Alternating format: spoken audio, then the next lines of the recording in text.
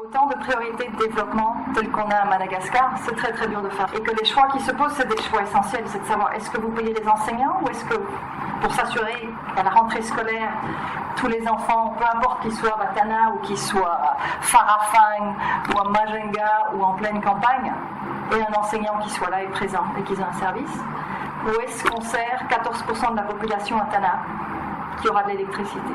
C'est le choix. Alors c'est pas vraiment à la Banque mondiale et au Fonds monétaire et aux autres de dire ben non, en fait ce qu'on veut nous c'est ça.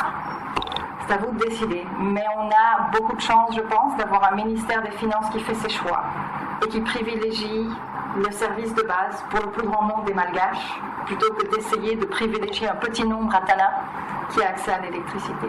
La Jirama compte 100 millions de dollars par an, 100 millions de transferts et c'est de l'argent du contribuable malgache et de la communauté internationale aussi, rien que pour servir 14%. Donc, c'est vrai, vous faites le choix difficile, vous avez besoin d'électricité, je suis d'accord à Tana, moi-même j'en ai besoin, j'y vis, mais il faut savoir que c'est au dépend d'autres services et d'autres besoins, des besoins de réhabilitation d'infrastructures, des routes.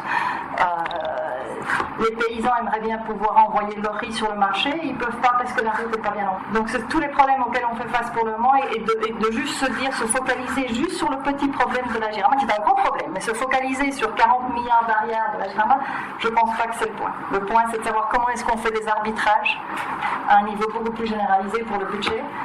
Et on a comme j'ai dit, on a la chance d'avoir un ministère qui a pris l'engagement et qui le fait d'augmenter les dépenses sociales et d'infrastructures.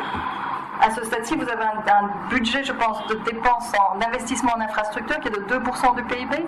C'est extrêmement faible. Il n'y a aucun pays qui peut se développer avec 2% du PIB dépensé sur des investissements en infrastructure publique. Il n'y a pas moyen. Donc il faut que l'argent vienne d'ailleurs. Et c'est ça le choix que vous devez faire.